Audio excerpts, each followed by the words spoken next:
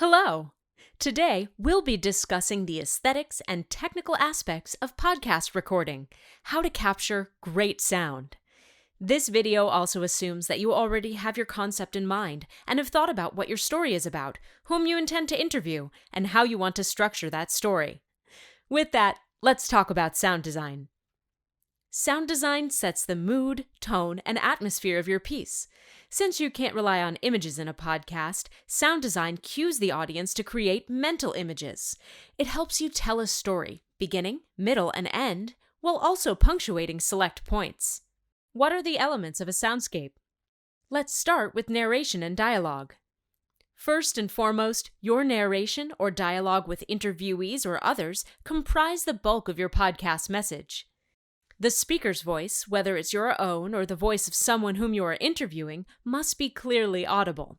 That means you must be intentional about how you position your microphone. Let's take a listen to some different microphone placements. This is what it sounds like when my microphone is too close to my mouth. This is what it sounds like when I'm too far away from my mic. Additionally, this is what it sounds like when I'm inconsistent with my distance from the mic. You might want to be closer to the mic in some cases versus wanting to pick up ambient sound in others. If you're in a recording studio or on a call with your interviewee, you'll likely want to be closer to the mic. If you're out in public or on the scene, you might position your mic to pick up ambient sounds to set the scene or capture faraway voices. That said, for ease of listening, you'll want to eliminate interfering sounds and ensure that your sound quality is consistent between takes. That might mean asking a family member or roommate to turn off the TV in the next room, for at least until you're done recording. You'll also want to make sure that the sound in the room is consistent for each take, which means that if you have your fan or your heater off during the first take, you don't want to turn it on during the second. Try not to switch positions in the room or switch microphones between takes as well. Listeners can pick up on those subtle or not so subtle changes. Next, you may choose to include sound effects. Sound effects like applause, an alarm, or the ringing of a cash register provide emphasis or punctuation.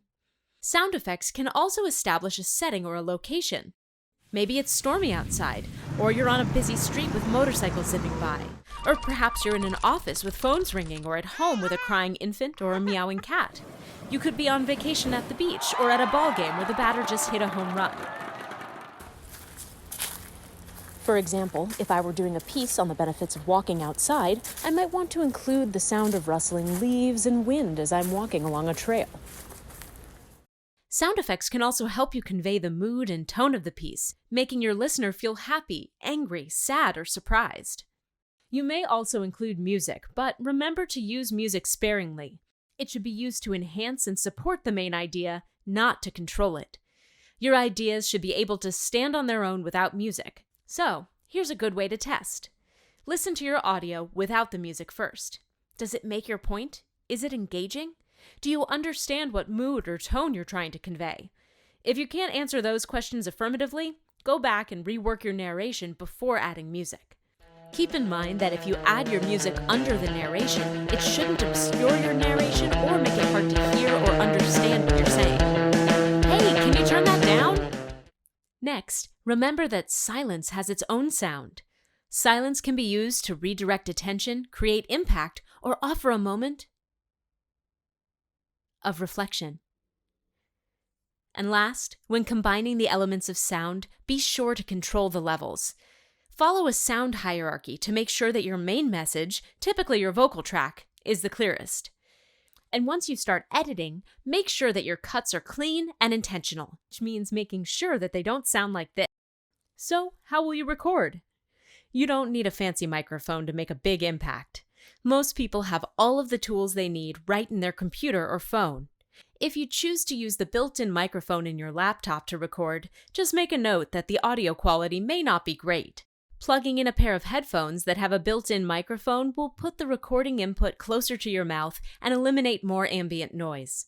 If you are recording on your laptop, you can record your narration or interview directly into Audacity or GarageBand, two free programs that we'll discuss more in another video. You can also use the Voice Memos app on an iOS device or download a voice recording app on Google Play if you prefer to use your phone or a tablet. Here are a few more tips as you get ready to record. Record in smaller rooms to avoid reverb. Recording in a larger room might make you sound like this. Unplug electrical equipment that buzzes or hums, and make sure to turn off or silence any notifications on your laptop or phone. Surround yourself with carpets, blankets, or pillows to absorb any extra sound. I've personally found that recording in a closet surrounded by clothing is a great way to absorb sound. Just don't hit the hangers. Beware of squeaky chairs, jewelry, etc., and try not to touch or bump the microphone. Record 30 seconds or more of room tone so that you can keep your silences consistent. Speak slowly and clearly. Decide when to breathe, pause, and inflect. Inflect? Prepare to record multiple takes. Recording narration perfectly on the first try isn't easy. And drink water between takes. Okay, now you have all of the tools you need to start recording your podcast. With these tips in mind, start planning out how you want your podcast to sound in order to best tell your story. Now it's your turn. Locate your favorite book, or any book that's nearby, and pick one page to read. Then, take your microphone, computer, or whatever device you're using to record and find a quiet space. Begin recording. Record for about 5 seconds in silence and then start to read any page in that book. Read for about 30 seconds and then stop recording. Make sure to save your recording before moving on.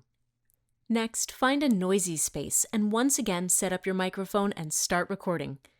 Record for 5 seconds without speaking just to pick up some sound, and then read the exact same page of the book that you read in the first recording. Again, record for about 30 seconds. When you're done, turn off your recording device and make sure to save. You can now listen back to your 2 recordings to hear the differences in sound quality. Thanks so much for listening, and happy recording! Design Lab is here to help you work effectively in digital media. We offer free one-on-one or small group appointments to provide personalized recommendations and feedback on your projects. We can help you at any point in the creation process. We can help you brainstorm ideas and think through organization. We can recommend tools, resources, and equipment. And we can be a second set of eyes throughout the creation and editing process. We offer both in-person appointments as well as virtual appointments via Zoom. To make an appointment, just go to the Design Lab website and click the pink Make an Appointment button. Have a quick question or want to drop in to see if someone is available now? Start a chat with us using our new chat service, which is open anytime Design Lab is open. Click Chat with Design Lab in the main menu of the Design Lab website. We look forward to working with you.